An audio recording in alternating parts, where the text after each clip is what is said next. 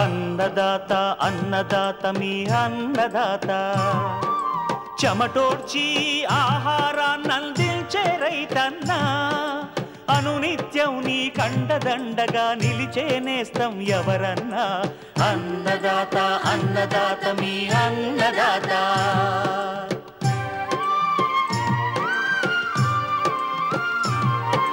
నూతన రీతుల సాగుబడికి నూరింతలు పెరిగే దిగుబడికి సూచనలిచ్చే సస్య రక్షణకు పశు పోషణకి శాస్త్ర విజ్ఞానం అందించి ముందుకు నడిపే తెలుగు రైతు భారతదేశానికి మకుటం అయ్యేలా తీర్చిదిద్దే ఆశయంతో మిమ్ము మేలు కొలిపేది అన్నదాత అన్నదాత అన్నదాత మీ అన్నదాత అన్నదాత అన్నదాత మీ అన్నదాత.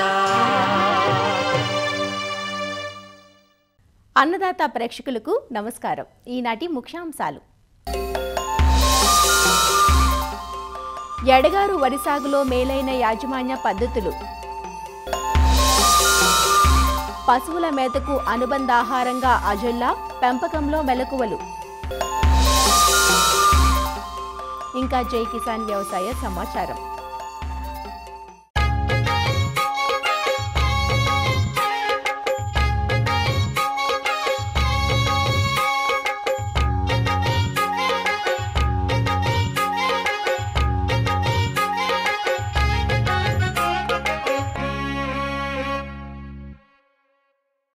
ఎడగారు వరి ఉమ్మడి నెల్లూరు, చిత్తూరు జిల్లాల్లో కొంత విస్తీర్ణంలో మాత్రమే వేస్తారు ఈ పంటను. అన్ని జిల్లాల్లో వరిని ఖరీఫ్, రబీ కాలాల్లో సాగు చేస్తే దక్షిణ మండలంలో మాత్రం రబీ, ఎడగారు పంటలను సాగు చేస్తారు. ఎందుకంటే ఈ జిల్లాల్లో ఈశాన్య ఋతుపవనాల ప్రభావం ఉంటుంది. ఎడగారు పంట కోసం ఏప్రిల్, మే మాసాల్లో నార్లు పోసుకొని మే, జూన్ మాసాల్లో నాట్లు వేసుకుంటారు. అయితే ఈ కాలంలో నమోదయ్యే అధిక ఉష్ణోగ్రతలు, వడగాలులకు పైరులో ఎదుగుదల లోపించే ఆస్కారం ఉంటుంది. అందువల్ల సీజన్కు తగ్గ రకాలనే ఎంచుకోవడంతో పాటు సాగులో యాజమాన్యపు మెలకువలు పాటించినట్లయితే అధిక దిగుబడులు పొందవచ్చునంటూ సూచనలు అందిస్తున్నారు ఆచార్య ఎన్జీ రంగా వ్యవసాయ విశ్వవిద్యాలయం నెల్లూరు పరిశోధనా స్థానం శాస్త్రవేత్త డాక్టర్ శ్రీలక్ష్మి. రాష్ట్రంలోని మిగతా ప్రాంతాల్లో కాకుండా కొంత ప్రత్యేకమైన వాతావరణ పరిస్థితుల్లో మనం సాగు చేసుకుంటాం కాబట్టి ఎడగారు కాలంలో వేసుకునే రకాలు చూసినట్లయితే ముఖ్యంగా ఈ అత్యధిక ఉష్ణోగ్రతలు తట్టుకొని, అంటే నర్సరీ నుంచి అధిక ఉష్ణోగ్రతను తట్టుకొని నిలబడగలిగి ఎర్లీ విగర్ అంటాం మనం, ఈ లక్షణాలు ఎక్కువగా ఉండాలి వాటికి. తర్వాత ఈ టిల్లరింగ్ స్టేజ్ నుంచి, అంటే దుబ్బు కట్టే దశ నుంచి పూత దశ, తర్వాత గింజ ఫామ్ అయ్యే దశ వరకు కూడా ఏంటంటే పడమటి గాలులు అవన్నీ ఎక్కువగా ఉంటాయి. కాబట్టి వేసిన కొత్తలో ఏంటంటే అర్లీవిగా త్వరగా పెరిగే సామర్థ్యం కలిగి ఉండాలి. అత్యధిక ఎండలకి ఈ పడమటి గాలుల వాటికి తట్టుకునే విధంగా పంట నిలబడగలగాలి. తర్వాత పూత దశ నుంచి కొంత వర్షం మనకి ఉంటుంది కాబట్టి వర్షం వచ్చినప్పుడు కొంచెం ఎక్కువగా వాటిల్లో హైట్, అంటే ఎత్తు పెరిగేదానికి కూడా అవకాశం ఉంటుంది. ఎత్తు పెరిగినప్పుడు ఈ పైరు పడిపోకుండా ఉండాలి. ఈ 3 లక్షణాలను కలిగి ఉన్న మన ఈ రకాలనే ఎంపిక చేసుకోవాల్సి ఉంటుందన్నమాట. ఈ ఎండ తీవ్రత ఎక్కువగా ఉన్న కాలంలో ఏంటంటే భూమి లోపల ఉప్పు అంతా కూడా మనకి బయటకు రావడం జరుగుతూ ఉంటుంది. ఎక్కువగా ఈ ఉప్పు ఈ సమస్య ఎక్కువగా ఉన్న ప్రాంతాల్లో కూడా ఈ పంటని ఈ కాలంలో సాగు చేయడం జరుగుతుంది. కాబట్టి కొంతవరకు దీన్ని కూడా మనం అధిగమించి పంట పెరుగుదల మరియు ఉత్పత్తికి అవకాశం ఉండే రకాలనే మనం ఎంపిక చేసుకోవాల్సిన అవసరం ఎంతైనా ఉంది. భరణి అని NLR 3491 అనే రకాన్ని విడుదల చేయడం జరిగింది. ఇది మధ్యస్థ గింజ రకము. ఎండాకాలంలో బాగా దిగుబడినిచ్చే సామర్థ్యం కలిగి ఉంటుంది. 120 రోజుల్లోనే కోతకొస్తుంది. తర్వాత ఈ క్రమంలో విడుదలైన ఇంకో రకము సోమశిల. ఇది కూడా చూడడానికి 1010, అంటే మన కాటన్ దొర సన్నాలు గింజ నాణ్యతను పోలే ఉన్నప్పటికీ అధిక చౌడును తట్టుకుంటుంది. మరి గింజ పొడవుగా ఉంటుంది కానీ 110 నుంచి 115 రోజుల్లోనే పంట కోతకు వస్తుంది. ఎక్కువగా ఎరువులు వేసినప్పుడు ఏంటంటే పడిపోయేదానికి అవకాశం ఉంది. కాబట్టి తక్కువ ఎరువుల వద్ద ఇది అధిక దిగుబడినిచ్చేదానికి ఆస్కారం ఉంటుంది. తర్వాత ఈ క్రమంలో తర్వాత వచ్చిన రకం ఏంటంటే నెల్లూరు మషోరి అని NLR 3443 349 అంటాము. పొట్టిగా ఉంటుంది, పైరు పడిపోదు, చౌడు తట్టుకుంటుంది. రబీలో వేసినప్పుడు అగ్గి తెగులు కూడా సమర్థవంతంగా తట్టుకుంటుంది. ఇంకా సన్నగింజ రకము. తర్వాత ఈ క్రమంలో ఇంకో రకం కూడా మనం డెవలప్ చేయడం జరిగింది. అది NLR 3354. ఇది కూడా చూడడానికి పంట గింజ నాణ్యత అంతా కూడా నెల్లూరు మసూరి లాగానే ఉంటుంది. సన్న గింజ రకము పొట్టిగా ఉంటుంది. 120 రోజుల్లోనే కాల పరిమితితో పంట పూర్తవుతుంది. ఎవరైతే లావు రకాలు కూడా కోరుకుంటారో NLR 4002 శ్వేత అనే ఒక రకం ఉంది. ఇది కూడా 120 రోజుల్లోనే పంట కోతకు వస్తుంది. రబీలో వేసినప్పుడు అగ్గి తెగులను బాగా సమర్థవంతంగా తట్టుకుంటుంది. కాకపోతే గింజ మధ్యస్థంగా కొంచెం లావుగా ఉంటుంది. ఆ పైరు పడిపోకుండానే ఉంటుంది. కాకపోతే వీటన్నిటికి కూడా మనం నెల్లూరు మసూరితో పోల్చి ఎరువులు మాత్రం వాడకూడదు. తక్కువ ఎరువుల సామర్థ్యం దగ్గర ఇది అధిక దిగుబడిని ఇస్తాయి. దీని తర్వాత మనం కొత్తగా ఇంకో రకం కూడా తయారు చేయడం జరిగింది. ఇదేంటంటే NLR 3238 అని. గింజ మధ్యస్థంగా ఉంటుంది. రబీకి మళ్ళీ ఎడగాలకు 2 కాలాలకు అనువైనది. 120 రోజులకే కోతకు వస్తుంది. పైరు పడిపోకుండా ఉంటుంది. ఏప్రిల్ 15 నుంచి మే 15 వరకు మనం నారు పోసుకునే ఈ సీజన్లో ఎండ తీవ్రత దాదాపు 45 డిగ్రీలు కూడా నమోదయ్యేదానికి అవకాశం ఉంటుంది. సో ఇంత ఎండలు ఎక్కువగా ఉన్నప్పుడు మనం నారుమళ్ళు జాగ్రత్తగా తీసుకోకపోతే మనం నారు పెరిగేటప్పుడు అంతా వేర్ల నుంచి కాండం ఊడిపోవడం జరుగుతూ ఉంటుంది. కాబట్టి సాయంత్రం పూట నీరంతా తీసేసి మళ్ళీ చల్లగా ఉన్న నీళ్ళని పెట్టుకోవడం ఎంతైనా అవసరం. ఎరువులు చూసినట్లయితే రబీ కాలంలో హార్వెస్టింగ్ అంటే కోతకు వచ్చిన దానికి మళ్ళీ ఎండాకాలంలో ఈ నారు పోసుకోవడానికి దగ్గరగా ఉంది. అంటే ఎక్కువ వ్యవధి లేదు కాబట్టి ఇలాంటి పచ్చిరొట్ట ఎరువులు కానీ ఏమి వేసుకోవడానికి కూడా రైతులకి అవకాశం లేదు. మనం రబీలో వేసినట్లుగా ఎరువులు కానీ వేసినట్లయితే ఎక్కువగా ఏ రకాలైనా సరే ఎక్కువగా ఎదిగి పైరు పడిపోయేదానికి ఎక్కువగా అవకాశం ఉంది. కాబట్టి 120 కిలోలు నత్రజని ఇచ్చే ఎరువులు, 60 కిలోలు భాస్వరం ఇచ్చే ఎరువులు, 40 కిలోలు పొటాష్ ఇచ్చే ఎరువులు మాత్రమే 3 దఫాలుగా నాటు వేసినమ్మంటే ఒకసారి, బాగా పిలక కట్టే దశలో ఒకసారి, తర్వాత పూత కన్నా ముందు ఒకసారి వేసేసుకొని ఇంకా ఆపేసేయాలి. పైపాటుగా మనం ఎలాంటి భాస్వరం ఎరువులు అవసరం లేదు ఇప్పుడు. తర్వాత ఇంకొక ముఖ్యమైన విషయం ఏంటంటే 4 నంబర్లు సిరీస్ అంటే పైపాటుగా ఎక్కువ మనకి ఎరువులు వేసే అలవాటు ఉంది. కాబట్టి సల్ఫర్ ధాతు కలిగిన ఈ కాంప్లెక్స్ ఎరువుని వేయకూడదు. ఎందుకంటే ఆల్రెడీ మనకి కిందంతా నీళ్ళు ఉన్నాయి, కుళ్ళుతూ ఉంటుంది. ఈ సల్ఫర్ వేసినప్పుడు ఏంటంటే మురుగుడు తనం ఎక్కువగా అయిపోయి మొక్కకు వేరు నుంచి దానికి ఆక్సిజన్ లభ్యత తగ్గిపోతూ వస్తూ ఉంటుంది అనమాట. అప్పుడు మొక్క ఎదుగుదలలో లోపం కనిపించి ఎదగకుండా ఉండి దిగుబడి సామర్థ్యం కూడా తగ్గిపోతుంది. తర్వాత పురుగులు తెగుళ్ళు కూడా ఎండాకాలంలో అంత ఎక్కువగా మనకి తెగుళ్ళ సమస్య కూడా ఉండదు. కేవలం ఒక డ్రైనేజ్ అంటే మురుగుడు స్వభావం ఎక్కువగా ఉన్న ప్రాంతాల్లో మాత్రమే ఈ కుళ్ళు తెగులు ఆశించడం చూస్తూ ఉంటాము. అంతకన్నా ఎక్కువ రోగాలు అయితే ఏమీ రావు ఈ ఎండాకాలంలో వేసిన పంటకి మనకి. తర్వాత ఎండ తీవ్రత ఎక్కువగా ఉన్నప్పుడు నల్లి ఒకటి మనకు ప్రధాన సమస్యగా ఉంటుంది. ఆకు నల్లి ఉంటుంది, మళ్ళీ కంకి నల్లి కూడా ఉంటుంది. కాబట్టి దీనికి ఒక్కటే మనం ఈ నివారణ చర్యని కొంచెం సమగ్రంగా తీసుకోవాల్సిన అవసరం అయితే ఉంటుంది. కాండం తొలిచే పురుగు ఇది కూడా ఏంటంటే అవసరాన్ని బట్టి తల్లి పురుగులు పైర్ల మీద తిరుగుతూ ఉన్నప్పుడు పిలక కట్టే దశలో ఒకసారి, 70 నుంచి 75 రోజుల లోపల ఒకసారి కాండం తొలిచే పురుగుకి సస్యరక్షణ చేపట్టాల్సిన అవసరం అయితే ఎంతైనా ఉంది ఎండాకాలంలో. తర్వాత మనం అధికంగా ఎరువులు వేసుకుంటూ వెళ్ళి నీటిని సరిగా మనం మెయింటైన్ చేయకుండా అలా ఉన్నప్పుడు మనకి దోమ ఒక తీవ్రత కూడా ఎక్కువగా ఉంటుంది. ఈ 3 పురుగులు తప్ప ఇంకా వేరే పురుగులు కూడా ఆశించడానికి ఎండాకాలంలో అంత స్కోప్ ఉండదు. కాబట్టి వీటికి మాత్రమే మనం సస్యరక్షణ చర్యలు చేపట్టాల్సిన అవసరం అయితే ఉంటుంది. ఈ చిన్న జాగ్రత్తలు తీసుకున్నట్లయితే మనం ఈ ఎడగారులో వేసే పైరు నుంచి అధికంగా దిగుబడి తీసుకోవడమే కాకుండా తక్కువ పెట్టుబడితోనే మనం బయటకు పడవచ్చు.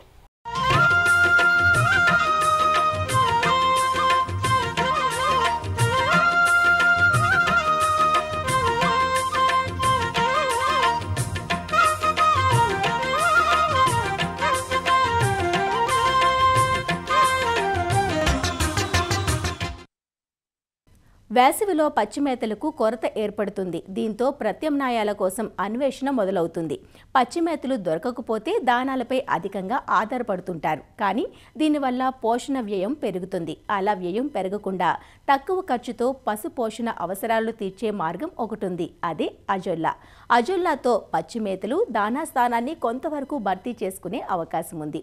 10 లోపు పశువులున్న వారు అజొల్లా పెంపకాన్ని ఇంటి వద్దే చాలా సులభంగా చేపట్టవచ్చు. మరి అజొల్లా పెంపకం ఎలా? రోజుకు ఎంత మేపవచ్చు? పచ్చిమేతకు పూర్తి ప్రత్యామ్నాయంగా వాడుకోవచ్చా లేక అనుబంధంగానా? ఎన్ని పశువులుంటే ఎన్ని గుంతల్లో అజొల్లా పెంచుకోవాలి వంటి అన్ని వివరాలను తెలుసుకుందాం. ప్రొఫెసర్ జయశంకర్ తెలంగాణ రాష్ట్ర వ్యవసాయ విశ్వవిద్యాలయం రాజన్ నగర్లోని IFS విభాగం శాస్త్రవేత్త డాక్టర్ CH ప్రగతి నుంచి. తెలంగాణ రాష్ట్రంలో సన్న చిన్నకారు రైతులు ఎక్కువగా ఉన్నారు. వారికి భూమి లభ్యత కనుక చూసుకున్నట్లయితే 2.5 నుంచి 3 ఎకరాల లోపు వారే ఉన్నారు.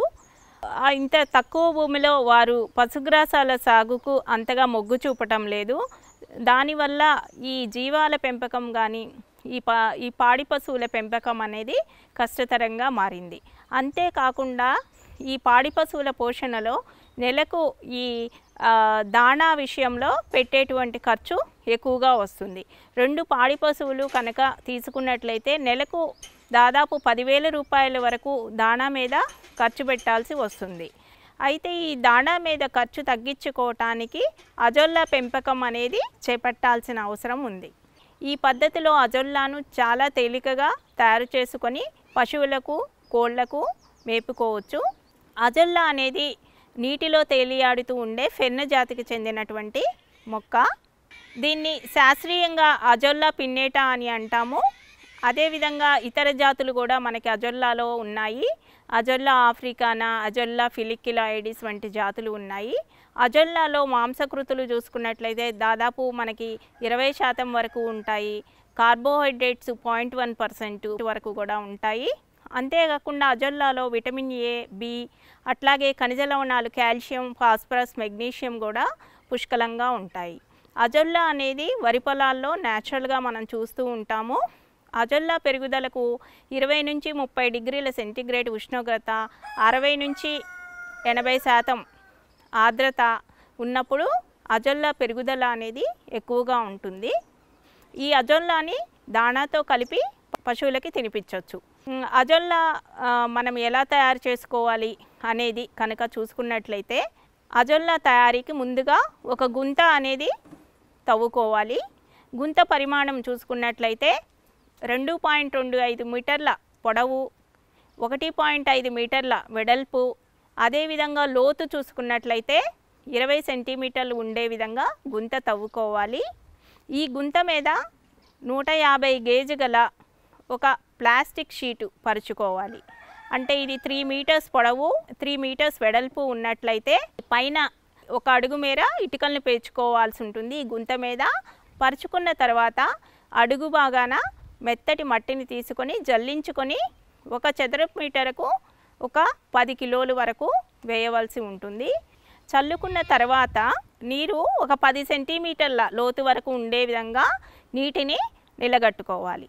ఈ నీటి మీద 5 కిలోల మాగిన పేడ, అదేవిధంగా 140 గ్రాముల సింగిల్ సూపర్ ఫాస్ఫేటు, ఈ రెంటిని ఒక 5 లీటర్ల నీటిలో కలుపుకొని స్లరీలా తయారు చేసుకొని ఆ గుంతలో పోసుకోవాలి.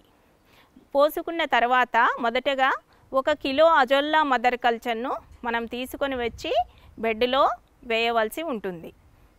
వేసిన తర్వాత కొద్దిగా నీటిని స్ప్రింకిల్ చేసినట్లయితే ఆ అజొల్లా అనేది స్ట్రైట్గా నిటారుగా నీటి మీద నిలబడటానికి అవకాశం ఉంటుంది. ఇలా చేసిన తర్వాత ఒక 20 గ్రాముల మినరల్ మిక్చర్ను, 10 గ్రాముల సింగిల్ సూపర్ ఫాస్ఫేట్ను మనము ఒక 5 లీటర్ల నీటిలో కలుపుకొని మనము ఆ గుంతలో పోసుకొని కలియదిప్పాలి. ఇలా గుంతలో పోసుకున్న తర్వాత ప్రతిరోజు నీరు 10 సెంటీమీటర్ల లోతు మెయింటైన్ అయ్యే విధంగా చూసుకోవాలి. ఒక 15 రోజుల నుంచి కూడా వేసినటువంటి 1 కిలో మదర్ కల్చరు ఆ గుంత అంతా కూడా స్ప్రెడ్ అవుతుంది. స్ప్రెడ్ అయిన తర్వాత ప్రతిరోజు ఒక 1/2 కేజీ అజొల్లాను మనము తీసుకోవచ్చు. ఈ 1/2 కేజీ అనేది ఈరోజు ఒకరోజు తీసాము అంటే మళ్ళా రేపటికి కూడా అల్లుకుంటుంది. కాకపోతే ప్రతి వారం రోజులకు ఒకసారి 2 నుంచి 5 కిలోల మాగిన పేడను, ఈ ఖనిజ లవణాల మిశ్రమం 1 కిలోను నీటిలో కలిపి కొద్దిగా స్లర్రీగా చేసుకొని ఆ గుంతలో వేస్తూ ఉండటం వల్ల అజొల్లా అనేది త్వరగా అభివృద్ధి చెందటానికి అవకాశం ఉంటుంది. అజొల్లా పెంపకంలో కొన్ని జాగ్రత్తలు అనేవి పాటించాలి. వాటికి ఒక పందిరి నీడ ఉండే విధంగా ఏర్పాటు చేసుకోవాలి. అచ్చం సూర్యరశ్మిలో లేదా అచ్చం నీడగా ఉన్నప్పుడు అజొల్లా పెరుగుదల అనేది సరిగా ఉండదు.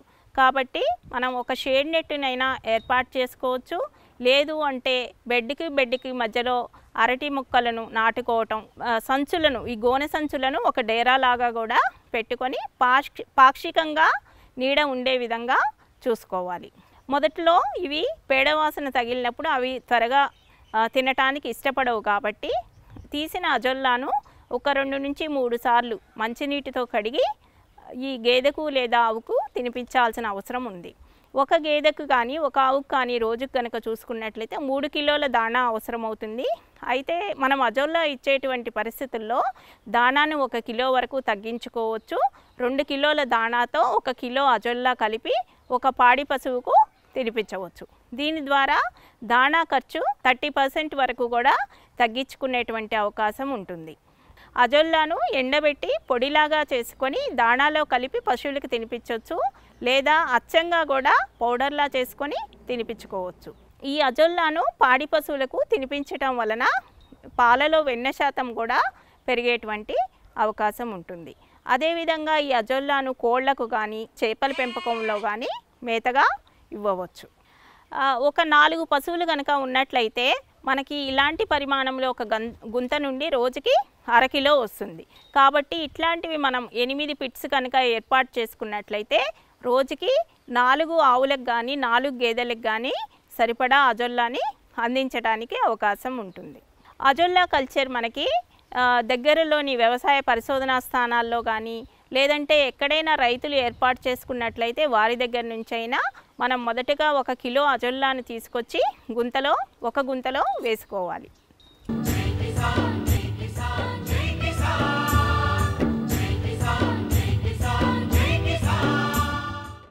వ్యవసాయ సమాచారం ఇప్పుడు జై కిసాన్లో చూద్దాం. మినుము సాగుకు పెట్టింది పేరైన కృష్ణా జిల్లాలో రైతులు ఎప్పటికప్పుడు నూతన రకాలను సాగు చేసేందుకు ఆసక్తి చూపిస్తుంటారు. చీడపీడలను తట్టుకొని అధిక దిగుబడినిచ్చే రకాలను పరిశోధనల స్థానాల నుంచి తెచ్చుకొని మరీ సాగు చేస్తారు కంకిపాడు మండలం తిన్నేరు గ్రామ రైతులు. అలా ఈసారి 2 మినీ కిట్ రకాలను సాగు చేశారు. ఒకటి TBG 141 కాగా రెండోది GBG 190. తిరుపతి పరిశోధన స్థానం రూపొందించిన TBG 141 మినుము రకం మంచి దిగుబడులను అందించిందంటూ చెబుతున్నారు. తిరుపతి వారు ఇచ్చిన ఇత్తులు తీసుకొచ్చాము. 141 బెజ్జాలు పొడి చేశాం సార్. మొక్కకి 6 అంగుళాల గ్రాప్ పెట్టి గడి వేయడం 1 అడుగు పెట్టాం సార్. కేజీ ఇత్తులు 15 ఇంచులు వేసాము.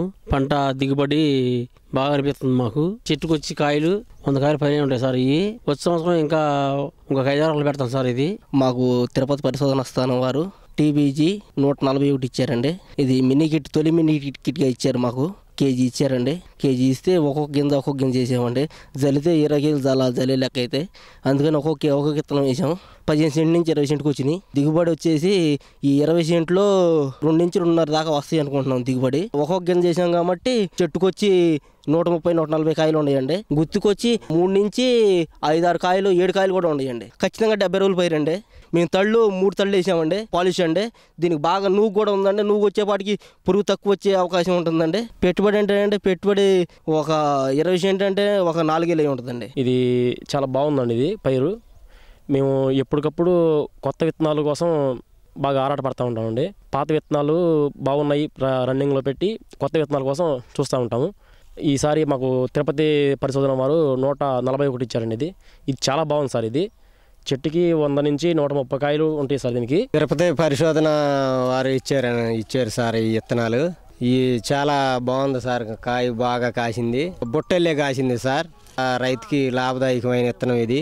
ఘంటసాల పరిశోధన స్థానం వారు రూపొందించిన మినుము రకం GBG 190 మినీ కిట్ దశలో ఉంది. ఈ రకాన్ని సైతం ఇక్కడి రైతులు ప్రయోగాత్మకంగా రబీలో సాగు చేశారు. కిలో విత్తనాన్ని 20 సెంట్లలో వేశామని దిగుబడి 2 బస్తాల వరకు వచ్చే అవకాశం ఉందని రైతులు చెబుతున్నారు. ఘంటసాల నుంచి తెచ్చాను సార్ ఇత్తులు 190 తీసుకొచ్చి ముందు తరిపాము సార్. ఉట్టి చేను తరిపాము. 6 అంగుళాల గ్రాఫ్లో మొక్కలు గుచ్చేసాను సార్. ఖాళీ మట్టికి 1 అడుగు పెట్టాను సార్. ఇది మట్టికి పెట్టాల్సిన పైరు లాగానే ఉంది. బాగా దిగుబడి వచ్చే రకంగా ఉంది.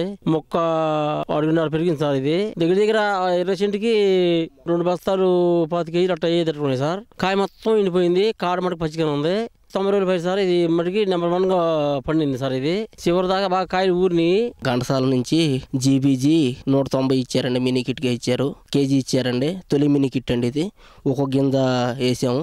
బెజ్జల పొడి చేసామండి. గింజకి ఏమో 6 అంగుళాలు వేసాము. మొక్క 6 అంగుళాలు వేసాము. 10 బస్తాల దిగుబడిగా ఉందండి. ఎకరానికి అయితే 20 సెంట్కి అయితే 2 బస్తాల 10 కేజీలు అయ్యేటట్టు ఉందండి. పైరు బాగుంది. తెగుళ్ళు బూడిదొచ్చిందండి, మాలుగు మచ్చల పురుగు ఇవి వచ్చినాయండి. మందు కొట్టామండి, తెగుళ్ళు మందులు కూడా కొట్టామండి. 7 సార్లు కొట్టాము మందు. బాగుంది పైరు.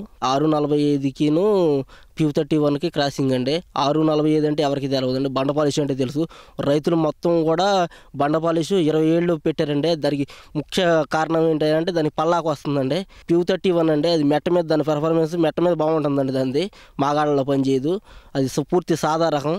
దాన్ని దీన్ని సంక్రమణ పరిచి మనకి ఇచ్చారండి ఘంటసాల వారు. కాయ ఇది పూర్తి పాలిష్ అండి. గింజ సైజు అనేది మీడియంగా ఉంది. ఘంటసాల పరిశోధన స్థానం నుంచి GBG 190 అనే సరికొత్త విత్తనం తెచ్చాను సార్. ఇది మాకు తొలి మినీ కిట్గా ఉంది. ఇది 1 కేజీ ఇస్తే 20 సెంట్లు వేసాను సార్. బెజ్జాలేసి మొక్కకి 6 అంగుళాల గ్యాప్ పెట్టాము. సాలుకి అడుగు గ్యాప్ పెట్టాను సార్. 3 సార్లు తడిపెట్టాను సార్. దీనికి మొక్క అడుగున్నర పెరిగింది సార్, బాగా పెరిగింది. హార్వెస్టింగ్ కూడా బాగుంది సార్. ఇది మిషన్ హార్వెస్టింగ్. చెట్టుకొచ్చి 100-130 కాయలు ఉంటాయి సార్. గుత్తికేమో 4 నుంచి 5-6 కాయలు ఉన్నాయి సార్. దీనికి కాయకి 6-7-8 గింజలు ఉన్నాయి సార్. దీనికి మినీ కిట్ రకాలు మంచి ఫలితాలను అందించిన నేపథ్యంలో వచ్చే సంవత్సరం విస్తీర్ణం పెంచి సాగు చేసేందుకు రైతులు ఆసక్తి చూపిస్తున్నారు. రానున్న ఖరీఫ్ సీజన్లో పత్తి పంటలో HT/BT విత్తనాలు రైతులకు చేరకుండా ఉండేందుకు ఏపీ ప్రభుత్వం ముందస్తు జాగ్రత్తలు తీసుకుంటోంది. ఇందులో భాగంగా పత్తి విత్తనాల ఉత్పత్తి కంపెనీలు నిల్వ చేస్తున్న గోదాములు, టోకు, చిల్లర డీలర్ల దుకాణాలు, రవాణా, పార్సిల్ కార్యాలయాల్లో ఆకస్మిక తనిఖీలు నిర్వహిస్తున్నారు.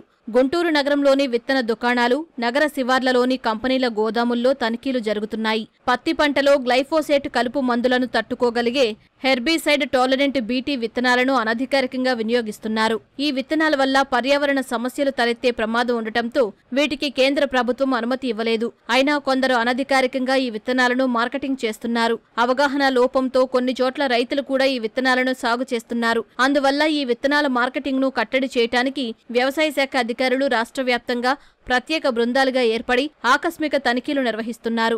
గత 4 రోజుల నుంచి రాష్ట్ర వ్యాప్తంగా మన కమిషనర్ గారి ఆదేశాల మేరకి ఈ సంవత్సరంలో సాగు చేయబోయేటువంటి సమ్మర్లో కానీ, ఎర్లీ సమ్మర్ కానీ, లేదంటే ఖరీఫ్లో సాగు చేయే కాటన్లో ఎక్కడైనా కూడా రైతులు HT కాటన్ అనేటువంటిది ఏమైనా కంపెనీ వాళ్ళు అమ్ముతున్నారనే ఉద్దేశం మీద రాష్ట్ర వ్యాప్తంగా సర్ప్రైజ్ రైడ్స్ అనేటువంటిది 8 టీమ్స్గా ఫామ్ అయ్యి వివిధ జిల్లాలకు వెళ్ళడం జరిగింది. ఎక్కడైతే ఈ విత్తనాలు అనేటువంటివి ప్రాసెస్ చేయబడతాయో ఆ ప్రాసెసింగ్ ప్లాంట్స్ అన్నీ కూడా గుంటూరులో వెరిఫై చేయడం జరిగింది.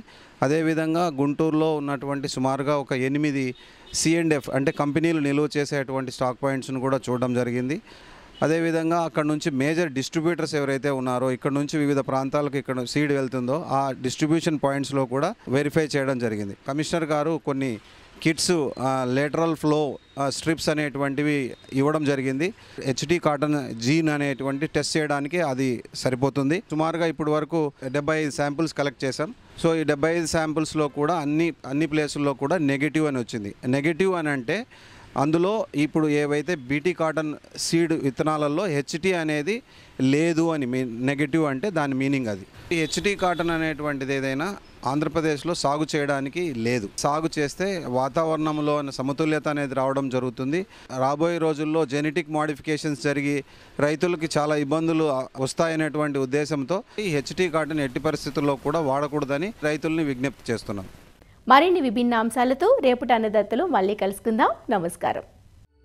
అన్నదాతలు తమ సందేహాలు, సమస్యలను 1800-425-4085 టోల్ ఫ్రీ నంబర్లో ఉదయం 10 నుంచి 11 గంటల మధ్య పని దినాలలో సంప్రదించగలరు. ఈ కార్యక్రమాన్ని యూట్యూబ్లో www.youtube.com/అన్నదాత ఈటీవీ లింక్ ద్వారా వీక్షించవచ్చు. అన్నదాత కథనాలు ఈటీవీ విన్ మొబైల్ యాప్లోనూ వీక్షించండి.